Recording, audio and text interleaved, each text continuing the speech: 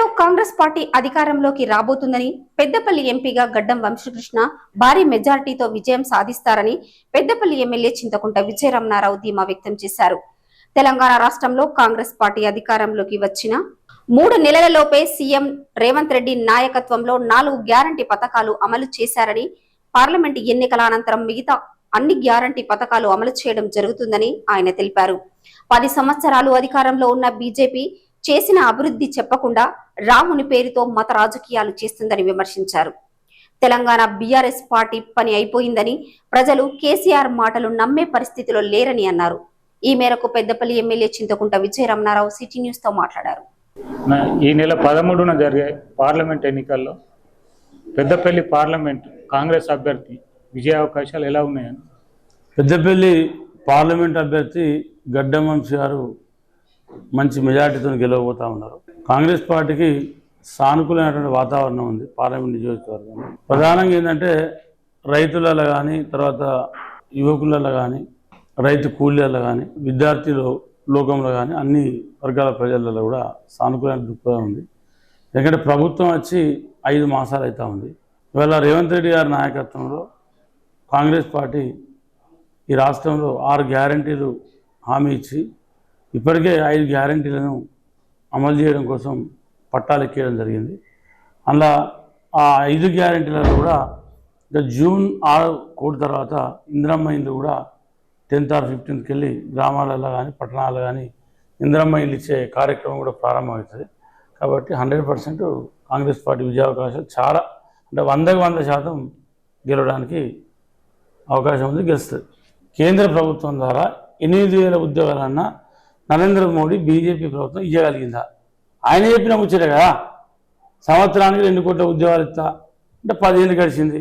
10 ఏళ్ళు గడిచింది, ఇప్పుడు 20 కోట్ల ఉద్యోగాలు రావాలి. 20 కోట్ల ఉద్యోగాలు ఎన్ని ఓట్లు వచ్చినాయి? నువ్వు ఎంత ఎట్నుంచి ఎట్లు లెక్క పెట్టినా రాష్ట్రం మొత్తం తిరిగినా 8,000 ఉద్యోగాలు ఈ రాష్ట్రంలో అంతా గొప్పతాను అన్నీ కలిసి. కాబట్టి నరేంద్ర మోడీ బీజేపీని నమ్మి ఓటేసే పరిస్థితి లేదు. నార్త్ ఎందుకు వెళ్తుంది, సౌత్ ఎందుకు తగ్గుతుంది? దేశం అంతా అంతే కదా. ఇప్పుడు ఏమన్నాడు ఆ రోజు, నల్లధనాన్ని వెలికిరిస్తా, మహిళల అకౌంట్లో జన్ధన్ ఖాతా 0 అకౌంట్లో 15 లక్షలు ఇస్తా అన్నాడు. 15 పైసలు లేదు.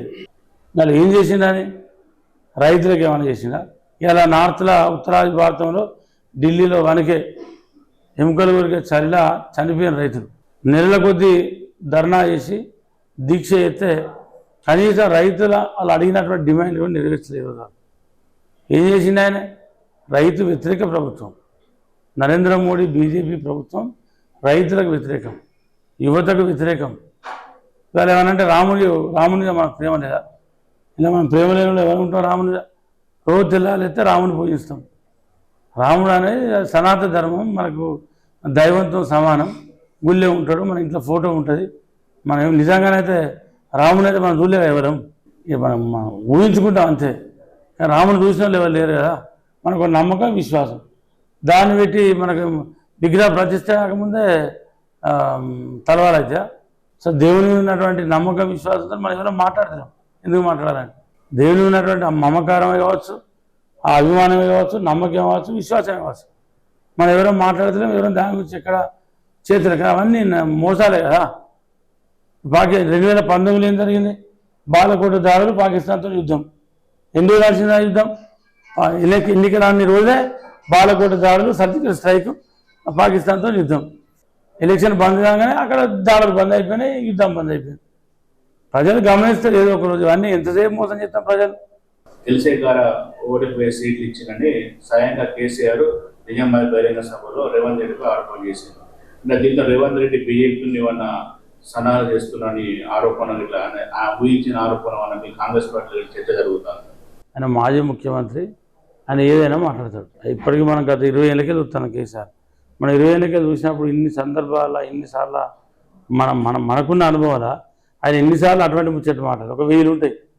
మనం పాత రికార్డు అని చూస్తే ఒక 1000 వెళ్తాయి. ఆయన మాట్లాడితే, ఆయన అట్లా మాట్లాడితేనే కేసీఆర్. మరి ఇప్పుడు కేసీఆర్ అంటే అట్లే మాట్లాడతాడు ఇక. దానికి పెద్ద కేసీఆర్ మాటలకు పెద్ద చర్చ లేదు ప్రజలలో. కేసీఆర్ మాటలను ఎవరు పట్టించుకునే స్థితిలో లేరు. కేసీఆర్ అనేది అది అరిగిపోయిన గ్రాంఫోన్ రికార్డు. అది